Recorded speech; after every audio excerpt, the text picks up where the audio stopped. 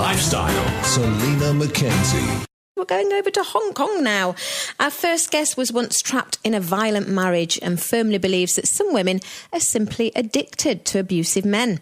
To tell us why she thinks this and a little about her story, please welcome Vivian McGrath. It sounds amazingly clear considering you're in Hong Kong. Oh, that's good. I'm very pleased. Yeah, you could just be round the corner. I can hear you perfectly. Good, excellent. Okay, so a bit about your own personal experience. When and how did you meet your now ex-husband? I met him at a party. We were both actors, and we had the same agent, and it was an agency party. And there he was, standing in a corner on his own, nursing a drink and looking absolutely drop-dead gorgeous. And I was completely... he took my breath away, I suppose you'd say. And he looked up with his very... he was very classically tall, dark and handsome with piercingly blue eyes. And he looked up and looked at me. And it was just... It was magnetic. And we started talking, and we ended up talking the entire night. So that's really where I met him. It's exactly what all of us would do. You get this connection and you're attracted to him, he's attracted to you. Why wouldn't you go for it? Yeah, it's a really... it's an interesting dynamic because a lot of people I've talked to who've been in abusive relationships say the same thing, that when they first meet, it's incredibly charismatic, it's intoxicating, the sexual chemistry is very powerful. And, it was a party that was full of beautiful models and well-known actors, and it was like he focused his undivided attention on me. And that's quite a powerful thing when you're young. And I was probably a pretty insecure girl, I'd have to admit now. And that's a really powerful thing and a really nice feeling when somebody just focuses all that attention on you. Yeah, you were only about 18, I think, at the time, weren't you? Yeah, I was, yeah. So how long before you started to notice that things were not quite so perfect? Well, it was, I think, probably pretty early on, within even a matter of weeks. It was just, but it was subtle, suddenly he'd get upset about something and there'd be a disproportionate reaction and poof, we're in this argument that I'm thinking, how on earth has that happened? And then the phone is slammed down and then I don't hear from him for a week. This was back in the days where there was no internet, no email, no SMS, no mobile phones. And so I'd be left wondering, what on earth have I done wrong? And then he'd come back and it was charming, Mr. Charming again, and everything was wonderful. He was, delighted to see me, and I was the only woman for him. And so you just think, oh, well, was I imagining that? And so it just starts very subtly, and then it just gradually builds up to, being told he doesn't like what you're wearing, and very controlling behavior about, telling you what to wear, and if you look slutty or not, and if he doesn't like someone, it's very clear he doesn't want you to hang around with them, and you start being isolated from your friends and family. And it's a slow drip by drip by drip, and so I think probably the signs were there very early on, but you just you override them with your brain. You ignore them. The warning signals are sort of there, but you just ignore them. Do you think it's I can't think of the word, a manipulated plan to be like that, to do it slowly but surely, or do you think that's just the way these men are? I think it's just the way they are. I mean, I think that narcissistic behavior, I don't think there's any self-awareness. I don't think they are aware of what they're doing. It's just about... I think it's deep-seated insecurity, and that manifests itself in a need to control, a need to feel like they're the powerful one in the relationship. But I don't think there's any self-awareness or any plan. I think what they're very good at, though, is spotting someone who is vulnerable and has low self-esteem and insecurity. I think they're very good at detecting that. Yes. And finding someone who will ignore those warning signs, because there's a lot of women and men with abusive women who would have run a mile, who thought, you know what, this is too complicated. And so I think, you know, in a way, it's two insecure people whose baggage sort of matches each other in a weird way. Yeah, you've just actually answered my next two questions. I was going to say, do you think that he purposely picked you for that reason? And the second one is, and believe me, I'm only playing devil's advocate here, why did you just say, well, no, I'm not wearing that dress just because you want me to? Was it because you were quite insecure yourself? I think, I didn't think I was at the time. You know, I was a very confident, popular girl. I had a very lovely, you know, privileged middle-class childhood with no abuse or violence or anything like that. So I thought I was very secure. I look back now and realize that I wasn't. It's really difficult to say. I think that you're just trying to keep the peace. You sort of, I think what it is it's almost like an emotional bait and switch. You meet this person who just sweeps you off your feet. You're love bombed. You're told you're the only person for them and need you and you're wonderful. And then when you start getting the glimmers of the other side, it gets excused away very quickly.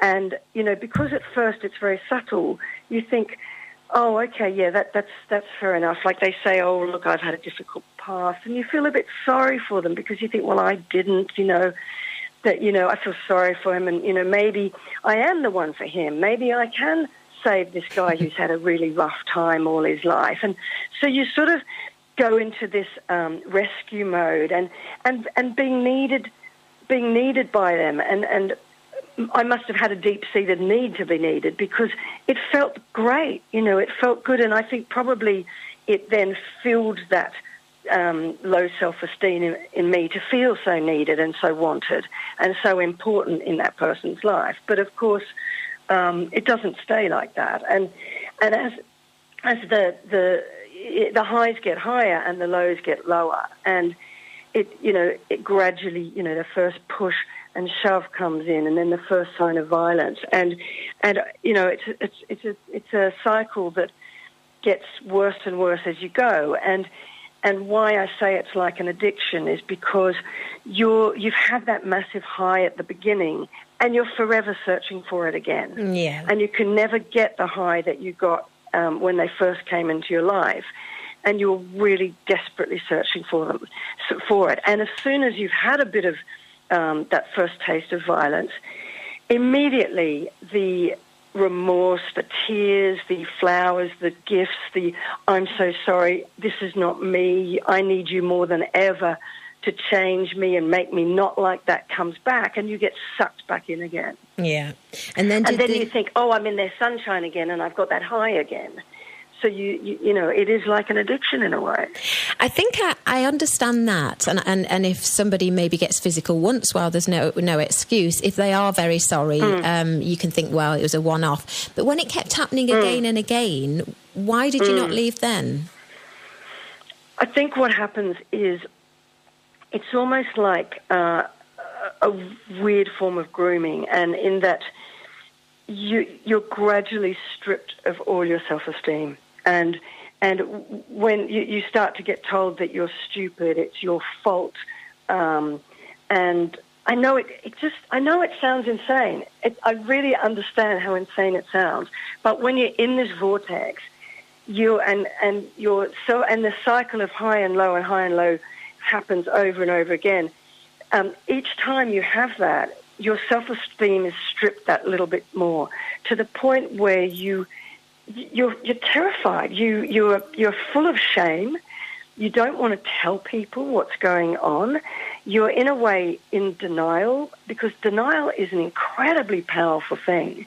You start to deny it's as bad as you think it is, and you also start to convince yourself, if I change my behavior, if I just do this or that, then the violence will stop.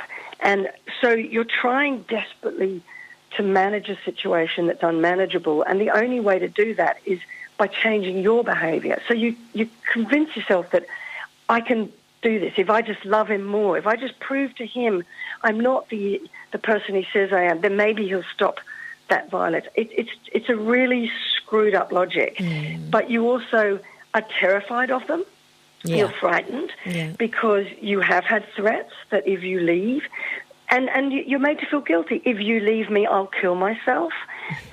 It's a very complex. It's not something that you can just say, I didn't leave because of this. It becomes very, very complex, and it very much comes down to the fact you've been stripped of all self-esteem, and you've lost the ability to have the courage to walk away by that point. Yeah, it's very sad, Vivian.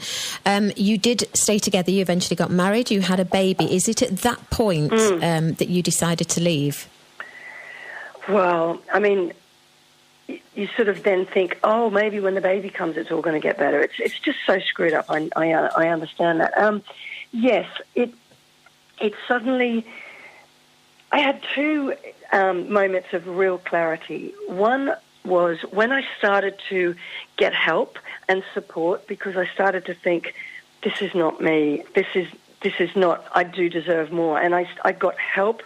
And sorry, this is a long answer. The most liberating moment in my life actually was when I learned that actually I can't change him. I can't change that situation. But what I do have control of was me. And I learnt that it was about my low self-esteem, and I could do something about that. And that was really quite powerful for me, because I thought, oh, okay, it was a relief. I couldn't change the rest of my life, because by then it was totally unmanageable. But being able to start with me was something that was quite manageable. And I thought, okay. And when I did get help for that and started to build that self-esteem, I then started to have that realization, well, I don't have the right to change him.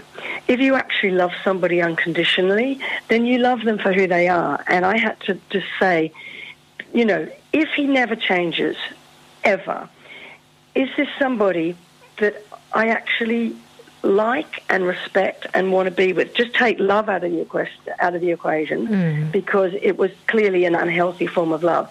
But was that somebody that I could accept unconditionally and be with and look back at my life and not regret it? And I thought, no, I'm there.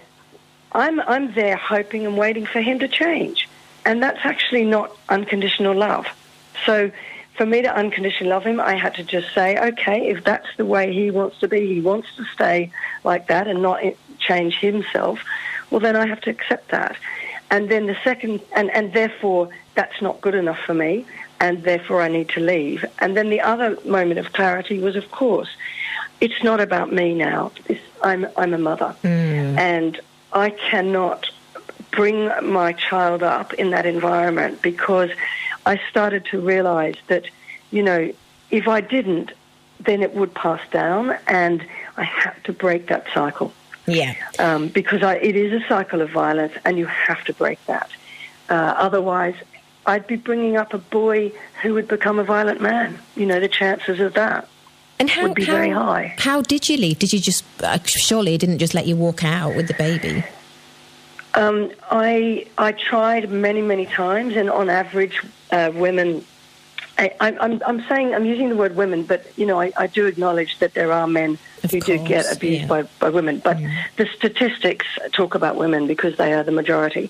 On average, it takes 7 times to leave. And definitely I left, went back, left, went back, left, went back, left, went back. Because every time you leave, that remorse and all that comes back and they sucker you back in. But I had to do a moonlight flit. I had to...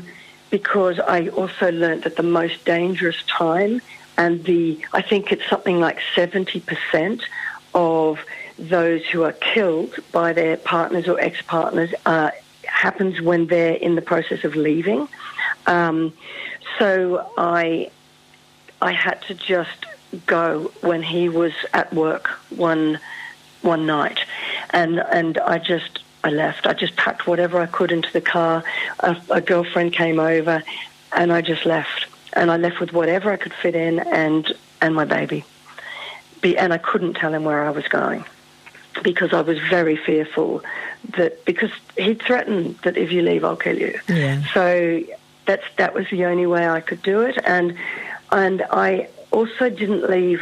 I had a lot of support. I went to a support group called Al-Anon, which is for wives and families of alcoholics, because addictions often go hand in hand with these sort of relationships. And they were incredibly supportive. And I then would, go to that support group and have counselling, and just, you can't do it alone. You need that support as well. And you then left, and because of the topic we're talking about, addicted to abusive men, you then met somebody else who was very similar. No, I didn't. Excellent. No, Good for you. Good for you. No, I knew, and actually the process that I thought that leaving was going to be the hardest thing. Actually, the withdrawal from that sort of relationship was the hardest thing I've ever done in my life. And the will to go back, the pull to go back was so strong. I mean, he tried to kill himself, and the guilt I felt, and the, wanting to go back and say it's okay and wrap my arms around him. And it was incredible. And it was very, very hard not to go back. And so I had to go cold turkey like a drug addict. And I really do equate it to addiction. Because I just wanted to go back, because it sounds screwy, but, it hurts so much when you leave. And the only thing that can make you feel good again is for them to tell you, I do love you. I'm sorry I hurt you. And so the very thing that hurts you is the thing you also need to make you feel good again. So it's like a drug. Yeah. And I had to go cold turkey, and it took me a long time to really work on myself and look at, why was I attracted to somebody like that? Why did I stay? Because I knew that, and this is not to victim blame. Some people say, oh, you're just victim blaming and saying, we deserve, we're to blame for it. I'm not saying I'm to blame for it. But if I didn't go look at the roots of why I was attracted, why I stayed when the warning signs were there, when I know that other women wouldn't have, and they would have run a mile, then I would have gone straight into the next relationship like that, or I would have gone back to him. Yeah. So I had to break that cycle within me, and by taking that responsibility for my own life and looking at very, very hard at myself. Again, it wasn't to victim blame, but it was to basically say, this is my way out. This is my way to change my mindset from one of being a victim to being a survivor. And I did that, and I stayed on my own, and then eventually I met my husband, who I'm with now, nearly 30 years later, who is the most emotionally available, beautiful, wonderful man, and is my best friend. And lovely. Yeah, I'm really, really pleased. I've had a very, very happy ending. Good. Well, you are living honestly, proof. I only say that because I worked on myself, and I actually tried very hard at the beginning to push him away. I wasn't used to someone who was emotionally available. So I really did. I tried to sabotage it. I found it very difficult, Well, you are proof that there is life after abuse, and I know that you want to help others. So you're currently telling your story in a book, Unbeatable, How I Left a Violent Man, and apparently people can follow your blog as well. What is the address? Yes. It's www.beingunbeatable.com. And then you've also... Because I like to say I'm unbeatable, and it's about... It doesn't have to be, you don't have to be someone in a domestic violence relationship. It's just about being strong, fearless, and successful, and how you can absolutely turn your life around no matter what trauma you've been through. And if you were to give a tip to any of our listeners that probably are going through a similar sort of story, would you suggest getting in touch with a support group? I think absolutely support groups. There are many, many out there, and they are free because a lot of people financially can't afford counselling. So, I would absolutely say the domestic violence hotlines and the domestic violence resources in most countries are very good these days, a lot better than they were when I was going through it. and they can point you to all of these services that are free. I would absolutely say that, because I don't think you can do it on your own. Okay, well, it was a compelling story and you told it beautifully. Vivian McGrath, thank you very much for being on the show. Bye-bye. Thanks so much. Bye-bye. Bye-bye. Talk Radio Europe.